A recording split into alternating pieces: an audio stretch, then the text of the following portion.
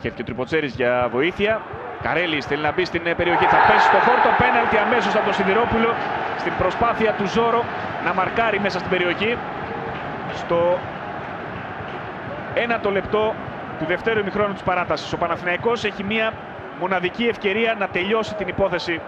Πρόκριση, δείτε ξανά, δεν βρίσκει την μπάλα ο Ζόρο, πέφτει άτσαλα πάνω στον Καρέλη.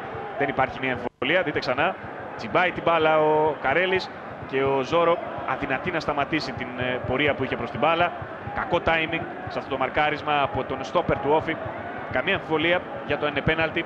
Και ο Μάρκους Μπεργκ θα έχει την ευκαιρία να πετύχει το δεύτερο γκολ του στο μάτς και να τελειώσει την υπόθεση πρόκριση για τον Παναθηναϊκό. Έχουμε δει αρκετά στο ποδόσφαιρο, αλλά θα είναι πλέον εξαιρετικά δύσκολο για τον Όφη να ανατρέψει την εις βάρος του κατάσταση. Θα πρέπει να πετύχει 2 γκολ για να πάρει αυτό το εισιτήριο για τον τελικό.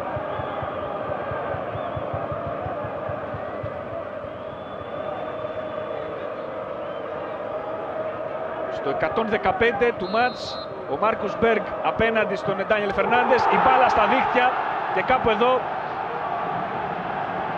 τελειώνει η υπόθεση πρόκριση με τον Σουηδό να πετυχαίνει το δεύτερο προσωπικό του γκολ.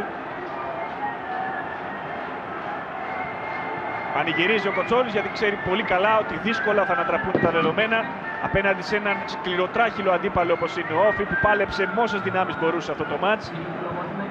Κατάφερε να το πάει στην παράταση, απείλησε να πάρει την πρόκριση με το δοκάρι του Νούνιες στην εκπνοή του πρώτου ημιχρόνου της παράτασης να μειώσει σε 2-1. Απείλησε και στο 1-0 του Παναθηναϊκού.